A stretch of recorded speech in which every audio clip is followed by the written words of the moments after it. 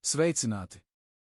Ja vēlaties uzzināt, kā Madonas novada teritorijas plānojums ietekmē jūsu īpašumu un kā sabiedriskās apspriešanas laikā iesniegt savu priekšlikumu, šī pamācība palīdzēs to izdarīt soli pa solim. Atcerieties, teritorijas plānojums sastāv ne tikai no kartes jeb grafiskās daļas, bet arī no teritorijas izmantošanas un apbūves noteikumiem, jeb TIEN. Abi dokumenti vienmēr jāvērtē kopā. Atveriet Geolatviju portālu un sadaļā Teritorijas plānošana atrodiet Madonas novada teritorijas plānojuma aktuālo redakciju.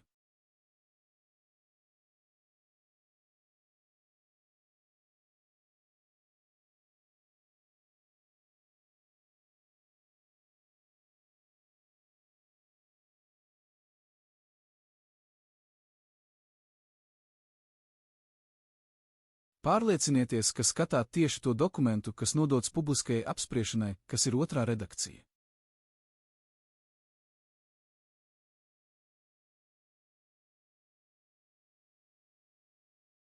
Kartē atrodiet savu īpašumu pēc adreses vai zemes vienības kadastra apzīmējuma.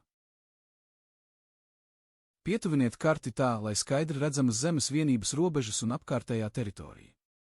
Uzklikšķiniet uz savas zemes vienības. Atvērtajā informācijas logā būs redzams funkcionālais zonējums un cita ar teritoriju saistīta informācija. Pierakstiet zonējuma nosaukumu vai apzīmējumu, tas būs nepieciešams nākamajā solī. Atveriet dokumentu Teritorijas izmantošanas un apbūves noteikumi.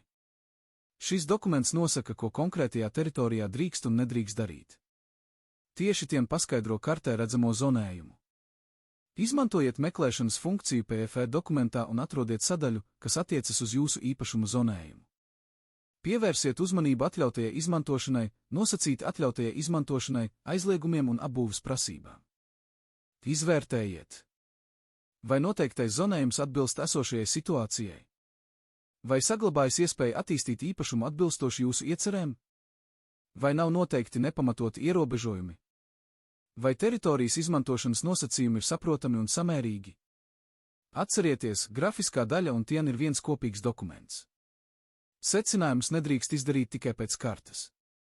Ja uzskatāt, ka nepieciešamas izmaiņas, sagatavojiet priekšlikumu. Norādiet zemes vienības adresi vai kadastra apzīmējumu, problēmu, ko esat konstatējis, vēlamās izmaiņas, pamatojumu.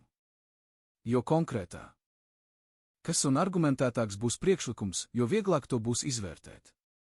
Lai iesniegtu priekšlikumu, autorizējieties Geolatviju portālā, izmantojot kādu no pieejamajiem elektroniskās identifikācijas līdzekļiem.